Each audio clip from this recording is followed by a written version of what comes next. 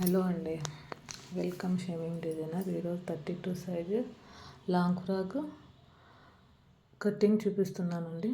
ఫస్ట్గా length 14 inches, shoulder 6 inches, zip కోసం 1/2 inch extra తీసుకోవాలి.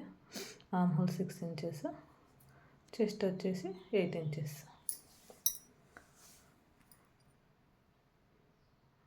బాక్స్ డ్రా చేసుకోవాలండి.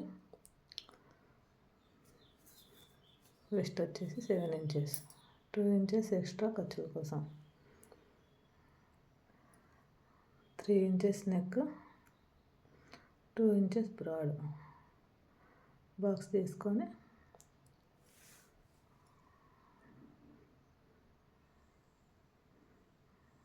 రౌండ్ నెక్ డ్రా చేసుకోవాలి.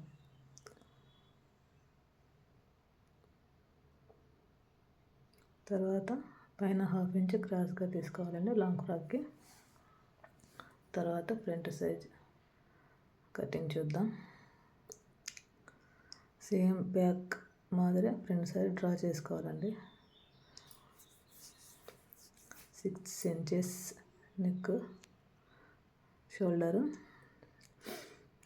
6 ఇంచెస్ ఆర్మ్ హోల్స్ డ్రా చేసుకొని స్క్వేర్గా డ్రా చేసుకోవాలి. వెస్ట్ 7 ఇంచెస్, 2 ఇంచెస్ ఎక్స్ట్రా ఖర్చుల కోసం,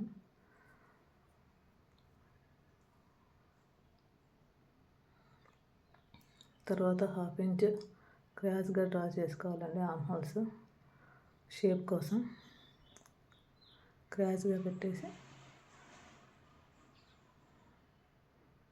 కర్వ్ స్కేల్తో ఆర్మ్ హోల్ క్రాస్గా డ్రా చేసుకోవాలి లోపలికి షేప్ కోసం అండి. తర్వాత నెక్ వచ్చేసి 3 ఇంచెస్,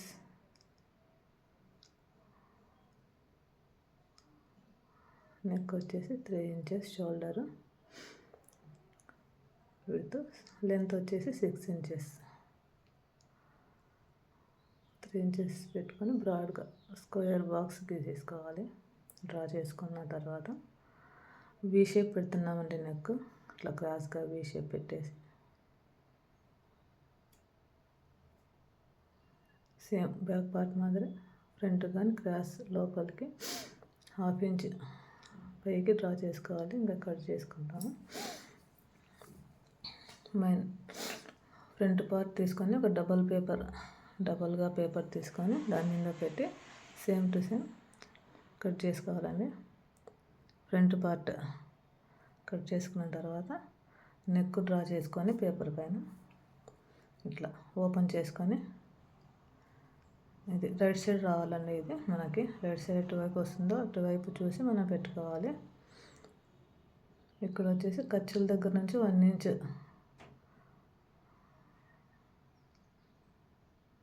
ఖర్చుల దగ్గర నుంచి 1 ఇంచ్ పెట్టేసి ఇట్లా లెంత్ 2 ఇంచెస్ పెట్టేసి అక్కడ నుంచి మనం వీ షేప్ దగ్గర నుంచి ఇట్లా మనం 2 ఇంచ్ పెట్టుకున్నాం కదా లెంత్, అక్కడ వరకు డ్రా చేసుకొని కట్ చేసేసుకోవాలి. సేమ్ ఇట్లా నేను మార్క్ చేసినాను కదండి, ఇంకా సేమ్ అట్లనే కట్ చేసుకోవాలి. సేమ్ దానిపైన లైనింగ్ క్లాత్, పేపర్ పైన లైనింగ్ క్లాత్ మైన్ ఫ్యాబ్రిక్ పెట్టి ఇంకా మొత్తం కట్ చేసేసుకోవాలి. ఇదిగోండి మైన్ ఫ్యాబ్రిక్ మీద పెట్టి sleeves same to same cutting చేసేసుకోవాలండి. Lehenga long frock lehenga 35 inches అండి. ఇంకా ఫైనల్ లుక్ ఇది.